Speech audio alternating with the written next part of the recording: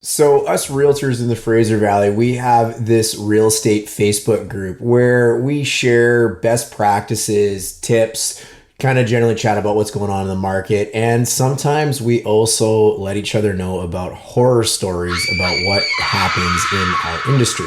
There was one post that was put out recently about a possession day nightmare where this house had been completely ransacked by the people that were living there in preparation to hand it over to the new owners. While unfortunately we do see these sorts of things in our travels, they are relatively rare and they tend to come out of very particular situations. For the most part, usually it is a foreclosure type sale, maybe it's a separation, or maybe somebody is having the home sold that their partner and them have separated as well. Needless to say, typically the people that are moving don't usually want to move. I thought for this video today, I would take you back about 2 years and tell you about a possession day story of my own that was certainly the absolute top of the list for the worst, most horrible possession that could absolutely ever take place and what happened at the end of it. So if you want to hear all about this crazy, crazy story,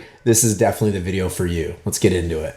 What's good, everybody? It's Darren German from the German Group, where we know you've only got one chance to either buy or sell your next home. So we're here to help you get it right. Make sure to hit that subscribe button so you don't miss out on any of the videos we are releasing on a regular basis to help people like you be a better homeowner, home buyer, or general home seller. We've also got a link below that if you are thinking of selling your home or looking to buy a home, you can speak directly with me and we'll let you know exactly how we help people just like you be incredibly successful in their real estate endeavors. Okay, so let's go back, and not way back, but let's go back to January of 2020, right before COVID hit, which certainly seems like a really long time ago now. But my clients, who are just some of the most amazing people ever, had just bought this beautiful home in the Cedar Hills neighborhood of Surrey. It was on a street with a lot of homes that were older than this one. This one was built in and around 2014, and they spent quite a bit of money on this particular property when it was constructed. Now, we weren't buying it from the people that built it. These are secondary owners, and they had taken relatively good care of the property. So we were looking very forward to getting into a great home in a very up and coming neighborhood, very close to downtown Surrey. As we went through the process, we learned that there was some things happening behind the scenes that we weren't overly aware about, but it wasn't a big deal because it wasn't overly out of the normal. The lady who was selling the home unfortunately had gone through a little bit of a nasty separation with her husband, and that was kind of part of the reason that she was selling the home. Her husband's parents actually lived in the side suite of this particular property as well. And while it seemed like everybody was on fairly good terms in terms of the ex-wife and the husband's parents living in the side suite, little did we know it was going to get very, very interesting as time progressed. Fast forward to getting into the home just the night before, I had a little bit of a realtor inkling that something was going on. And I get these once in a while, not overly often, but I do get them. So I called the listing realtor, who was an awesome person, an awesome realtor, and shout out to Shane Sharma, who was with Oakland Realty at the time and still may be, for how he handled this situation as well, because it wasn't nice for anybody. So Shane was gracious enough to agree to meet me at the home in the morning for the possession, just in case something went awry. The big morning comes around and it is pouring rain outside. One of those dreary and dark days in January that we so frequently experience on the West Coast. So I pull up to the home in my car and my client is going to be there in probably about 30 minutes. I wanted to be a little bit early just in case there was any issues. And of course, the first thing I noticed was stuff everywhere. There was stuff all over the outside of the property, all over the lot, as we would call it, just general junk and refuse and things that should have been removed. Now, the fun thing for the purpose of this video is I did document certain parts of this. So I'm going to show you some photos and some video as we go through to show you exactly what we experienced. So this is never a good start when there is stuff basically everywhere, and somebody's got to clean that up, and usually it's going to fall back on the seller, but how quickly they do it and who comes to do it and whether they do it is always the concern. So we've already got strike one against us where there is junk absolutely everywhere. So Shane and I are kind of walking around the outside and just making a little bit of a plan. We then proceed to go knock on the front door where a very frazzled seller opens the door to greet us. Now, the reason the seller is frazzled is because apparently the roof started leaking the night before. So we walk in through the foyer and take a look up to our right, and you can see a big nipple hanging down that is full of water coming from the ceiling, and there is water absolutely everywhere all over this beautiful tile floor. To make matters worse, the seller then fills us in that she let the insurance go on the home just days before because she didn't think that she needed to carry it the entire time. So as we're watching water stream down from the roof onto this nice, beautiful tile floor and everywhere else, we now know that there's no insurance on the property. So we got to start thinking about how we're going to get that fixed. So the floor is covered in water.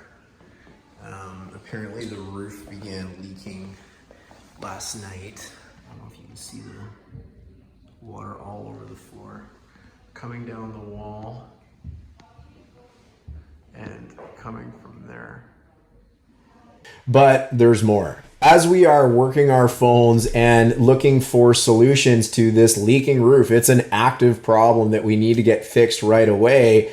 I start walking around the home while I'm on the phone with roofers and notice that the place is absolutely disgusting inside. That's right, absolutely disgusting. Whether they hadn't cleaned in 2 weeks prior to us coming over, or maybe that's just how they lived, the house was absolutely filthy inside. It didn't look like anything had been done other than move maybe the odd piece of furniture out of the house, but it was nasty. So now we've got junk removal on the outside, we've got an actively leaking roof with damage, and we've got a disgusting house, one of which my clients were planning to move into later that day. So if you're sitting there thinking that it probably couldn't get much worse than that, I would normally agree with you. But for whatever reason, the real estate gods were not on our side that day, because do you remember the side suite where the ex-husband's parents lived? Well, they were still there. My client had a renovation company coming to completely gut this side suite to redo it because it was kind of disgusting inside to begin with. But they had a renovation company coming to start work that very day. Now, the good news is that renovation company was the first company to jump up on the roof and help alleviate the leaking problem. They got a tarp up there and it would buy them a little bit of time to try and figure out what was going on with the leak. But this also lent itself to a renovations company is coming and they are getting paid to be there. They're paid by the hour, and we've got a suite full of stuff, full of furniture, disgusting inside, and it's got people inside that are supposed to be out that are not. So we've got another big problem on our hands. At this point, I am just thinking it cannot get any worse. It cannot get any crazier. So we knock on the door, and with much respect to the ex-husband's parents, we ask if we can come in and come take a look at the suite. So Shane and I are looking around, and there is just, furniture everywhere. It looked no different than the day that we had first seen it. They were not prepared to go anywhere. Now, these parents, I'm sure they were very lovely people, but they also didn't really speak a lick of English. So as we're walking through the suite, the ex-wife is trying to communicate with the parents. We're trying to ask the ex-wife why these guys aren't out. Why did nobody let us know? Like, what is happening? So we leave the suite. We go back into the main part of the house, and we're all just trying to figure out what the hell to do next. At this point, of course, the new homeowner is there, and they're walking through.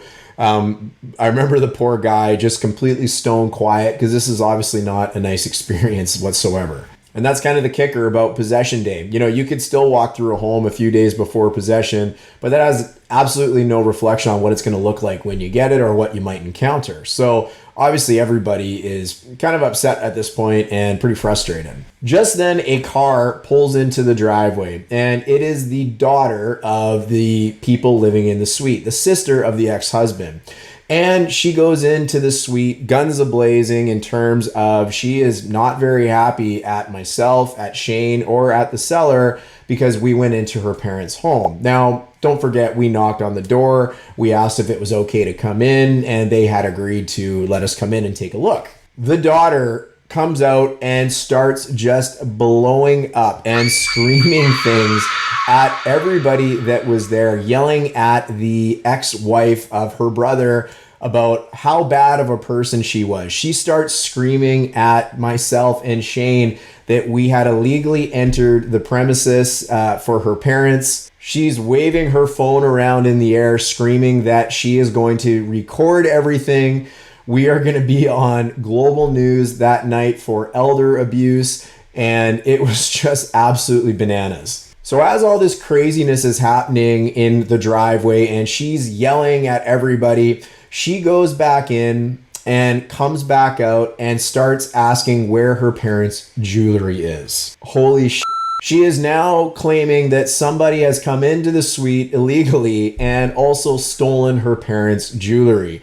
Now, it was myself, the other realtor, and the homeowner there, including the new homeowner. Who stole my parents' jewelry? Where is it? You guys are gonna go to jail. I'm calling the police. I'll always remember looking down at my phone and then looking up at her, and I said, maybe somebody should call the police. And I said, I think I'm gonna do it instead. So as this situation is just exploding around us, the police end up showing up. And we're not talking one, we're talking about multiple police cars. There was up to 4 at one point. This is when I got out my phone and really started filming almost everything because it was so stupid and so crazy. The police went inside to go interview the daughter and her parents and came out to interview Shane and myself. And, you know, we're there in our suits, professionals, trying to just help this transaction go smoothly and help it move along, and getting interviewed by the police about what the situation is going on. Now, luckily, this wasn't the first day on the job for these police officers, and they could see pretty quickly what was happening. They let me know that they didn't believe a word the daughter was saying. They understood the situation, and they were going to help us get them out because everybody was acting really, really crazy at this point. So during all this time, Shane is on the phone with the lawyer responsible for the conveyance. And this lawyer, how they pulled this off, I have no idea. But feverishly, they are creating something called a writ of possession, which Shane actually went to go pick up. And there was 4 copies of this that we were to present to everybody on the property that did not belong there. So this was including now the parents of the ex-husband, his sister who was making things completely horrible for everybody, and one of the other brothers that had now shown up. So we had to serve these people with legal documents saying you need to leave the premises immediately. I'm saying to the police, I don't really want to serve this lady and her family these papers, nor do I know that the parents understand it. And thankfully, these lovely police officers agreed to serve the papers on our behalf. So these people were presented with this writ of possession, meaning you got to get the hell off of the property as soon as possible. Like the clouds clearing from the sky, turning into a sunny day, family members started showing up within 20 minutes. And we watched this entire side suite, which was probably about 700 to 800 square feet, get completely cleared out of people and furniture within about 30 minutes. I can't help but think of ants taking things down a line and watching them move like a big leaf or something like that. Watching all of these family members that have just shown up carrying furniture to trucks and cars and loading it, and in about 30 to 45 minutes, the suite was almost completely cleared out. We finally had everybody out of the property. We didn't have to worry about that part of it anymore. We obviously had a lot of things that we needed to fix, but we finally had possession of the house to ourselves and we could deal with everything in a much more civilized manner. The buyer, who is now the new homeowner, had a hell of a day, and this was a long day. I remember I showed up there at about 8:30 in the morning, and I had a 9:30 meeting that day, and I refused to leave that homeowner alone. I actually stayed at the house with him for the next 7 hours to help organize everything that needed to happen to make sure the house's interest and the home buyer's interest or theirs was protected. We arranged for a roofer to get in right away. We arranged for cleaners to come in. We arranged for junk removal people. We arranged for anything that needed to happen to get this home and the experience to where it should have been in the very get-go. I remember the home buyer, the new homeowner, just being completely exhausted, as was I. It was such a crazy day. And I ordered lunch for us and everybody that was there on, we'll call it the good team, to, just to have something to eat. It was late in the day. Nobody had had a bite to eat. And we ended up getting some burritos and some Mexican food. And we just sat there and bonded over this unbelievable experience that we had just endured together. They were so appreciative of having myself there and Shane there and how the situation was handled. And obviously a little bit exhausted, but very grateful and very thankful that, I guess, maybe it could have gone worse, who knows. But they were very happy that it progressively got better as the day went on. We laugh about it now. This home buyer and his wife, both incredible clients of mine, incredible people. And we're able to look back on this story and remember it fondly because it did end well. It was certainly a story for the ages, as I'm sure you can appreciate from watching this video, but it all ended well. The house got all the renovations done it needed.